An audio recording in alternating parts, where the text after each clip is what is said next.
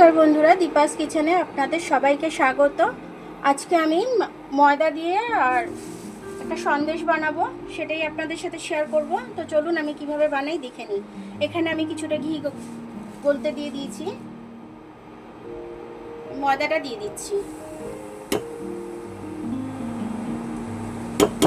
ময়দাটা আমি একটু ভালো করে ভেজে নেব। ময়দাটা ভাজা হয়ে গেলে আপনি ঘি রিলিজ করে দেবে, দেখতে পাবেন। এটা এতক্ষণ ভাজতে হবে যতক্ষণ না এটা একটা সুন্দর গন্ধ ছাড়বে। এখন সেই গন্ধটা ছাড়ছে, তো আমি এবারে এর মধ্যে মিল্ক পাউডারটা দিয়ে দেবো। যেহেতু আমি খোয়া মাওয়া কিছু দিচ্ছি না, আমি সে কারণে আমল দুধটা দেবো। আমল দুধের টেস্টটা দারুণ আসবে। আমি এখন গ্যাসটা বন্ধ করে দেবো, দিয়ে আস্তে আস্তে দুধটা দিয়ে দেবো। এতটা দুধ আমি 200-র ওপর দুধ নিয়েছি, এই দুধটা আমি দিয়ে দেবো। দুধটা দিয়ে একটু ভালো করে নেড়ে নেবো। আমি এই কাপ মেপে আমি চিনিটা নিয়ে নেব, চিনির শিরাটা বানিয়ে নেবো। আমি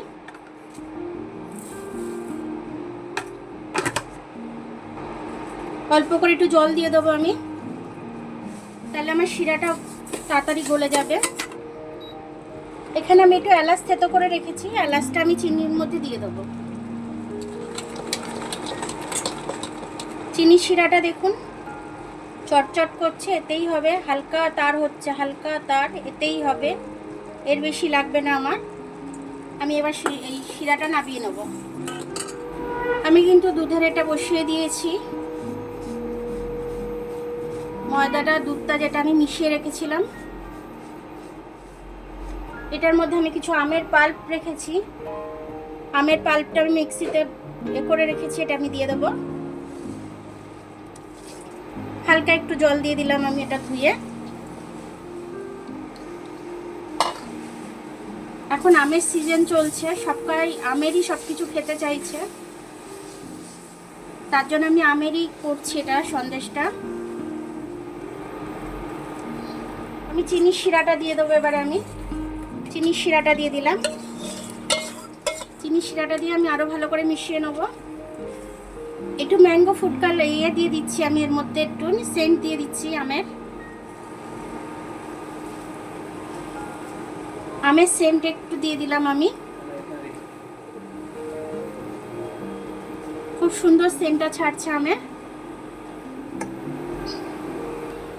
আমার এটা সম্পূর্ণ হয়ে গেছে। এবার আমি নাবিয়ে একটা থালার মধ্যে জমাতে দেব, তারপর আমি আপনাদের পিস পিস করে কেটে দেখিয়ে দিচ্ছি।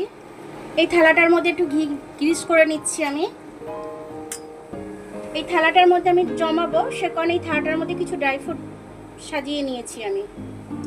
এটাকে আমি এইভাবে এখানে একটু জমিয়ে নেবো, বসিয়ে নেবো, একভাবে একদম সেট করে নেব।